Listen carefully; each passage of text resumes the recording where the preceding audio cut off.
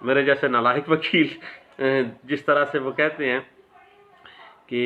English کا دی ہر جگہ پہ لگا دیا جاتا ہے، اسی طرح ہر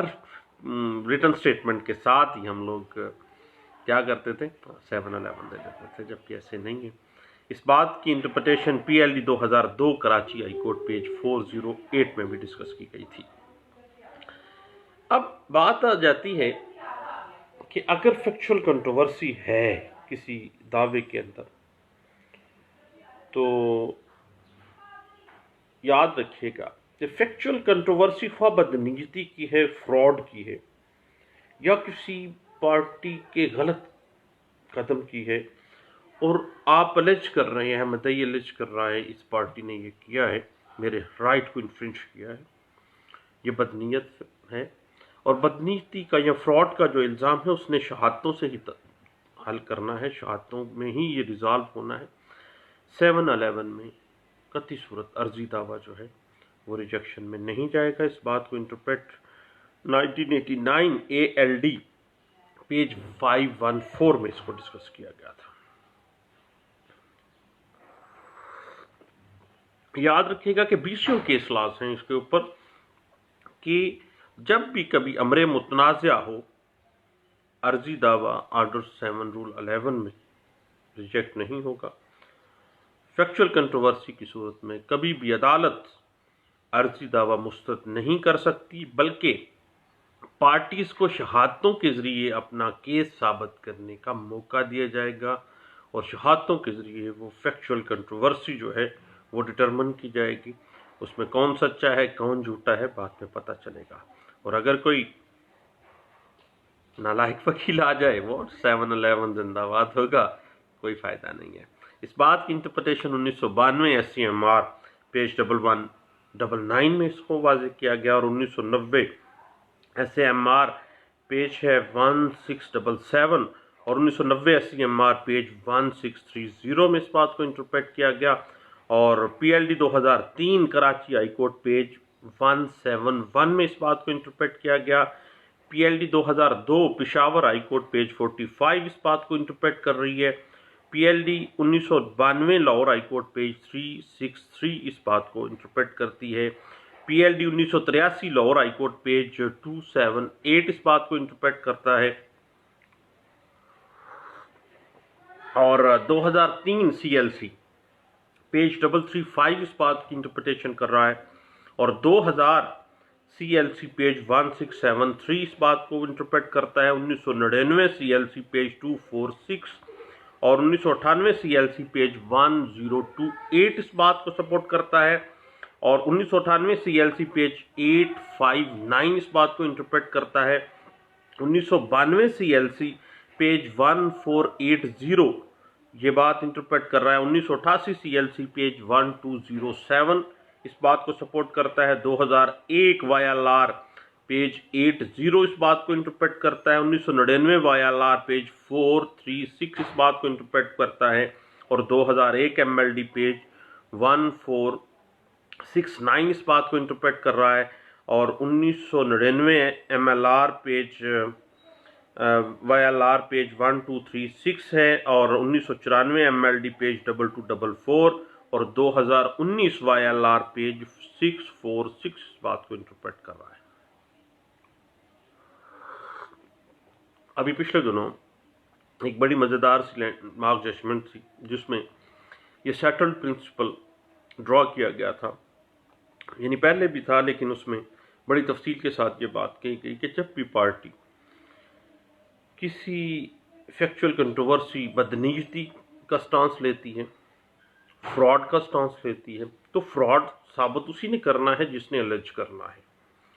جب عرضی دعویٰ کے اندر فراڈ کا الزام آ گیا ہے، بدنیتی کا الزام آ گیا ہے، تو آرڈر 7 رول 11 کے تحت پلینٹ ریجیکٹ نہیں ہو سکتی، کیونکہ فراڈ یا بدنیتی نے کہاں ثابت ہونا ہے؟ شہادتوں میں ثابت ہونا ہے۔ اس حوالے سے ایک لینڈ مارک ججمنٹ ہے 1997 سی ایل سی پیج 1260 اس بات کی انٹرپریٹیشن کر رہی ہے۔ اب بات آ جاتی ہے کیا کسی دعوے کے اندر جو مدعیان ہیں، پلینٹیفس ہیں، ان کو کوئی لیگل کریکٹر حاصل ہے یا نہیں ہے، کیا وہ لوکس اسٹینڈائی رکھتے ہیں یا نہیں رکھتے ہیں، یہ بات شہادت طلب ہے۔ اب جب شہادت طلب معاملہ آ گیا، اب فیکچول انکوائری مانگ رہا ہے یہ فیکٹ، تو آرڈر 7 رول 11 اپلائی نہیں ہوگا، باہر آ گیا، پابندی آ گئی، قدغن لگ گئی۔ اس بات کے اوپر 2003 YLR پیج 2797 اور 2003 YLR پیج 712C اس بات کی انٹرپریٹیشن کر رہی ہے۔ اب ایک بڑی لینڈ مارک ججمنٹ ہے اسی حوالے سے کہ اگر پلینٹیف کو کوئی رائٹ، کوئی لیگل کریکٹر یا کوئی لوکس اسٹینڈائی یا کاز آف ایکشن نہیں حاصل نہیں ہے، دین پارٹیز اور ہیں وہ اپنا دعویٰ لے کے آ گئے، یعنی امر متنازعہ دو پارٹیز کے درمیان ہے، لیگل کریکٹر اس کا ابھی ڈٹرمن ہو جاتا ہے کہ یہ تو متعلقہ پارٹی نہیں ہے، اس کو کوئی رائٹ حاصل نہیں ہے، اس کو کوئی کاز آف ایکشن ارائز نہیں ہو رہا ہے، تو بھیا پھر کاز آف ایکشن ارائز نہیں ہو رہا تو دعویٰ کیسا؟ دین یاد رکھیے گا کہ آرڈر 15 CPC 1908 رول 1-2 جو ہے وہ ہمیں سپورٹ کرتا ہے، اور آرڈر 15 واضح کر دیتا ہے کہ ایک جو سول جج ہے، سول کورٹ ہے، وہ ایٹ دا فرسٹ ہیئرنگ، پہلی ہیئرنگ کے اندر اگر وہ دیکھ لیتی ہے کہ جو مدعی مقدمہ ہے اس کو تو کوئی لوکس اسٹینڈائی حاصل نہیں ہے، کوئی کاز آف ایکشن اکرو نہیں ہو رہی ہے، کوئی رائٹ نہیں ہے اس کا، دین وہ ڈیسائیڈ کر سکتی ہے۔ لیکن 711 جو ہے، 711 میں بھی جب کاز آف ایکشن ہی نہیں ہے، اس کو کوئی لیگل کریکٹر اس کا واضح نہیں ہے،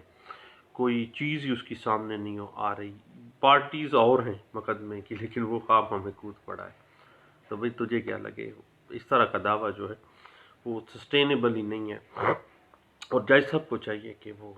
فرسٹ ہیئرنگ پہ ہی آرڈر 15 کا سہارا لے کے اس کو فارغ کرے، اور اگر پارٹی یا دوسری طرف سے حاضر ہو گئی ہے وہ اس پہ 711 دے، تو 711 میں چونکہ کاز آف ایکشن جو ہے وہ ارائز نہیں ہو رہی ہے تو پھر اڑا دیا جائے گا۔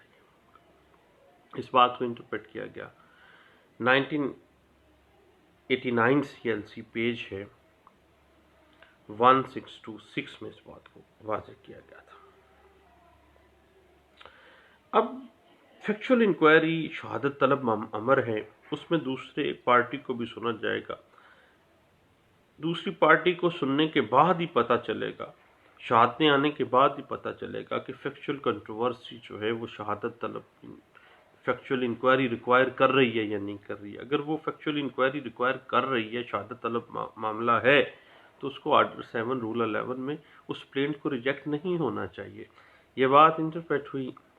1989 MLD پیج 1021 میں، اور 1989 LD پیج ہے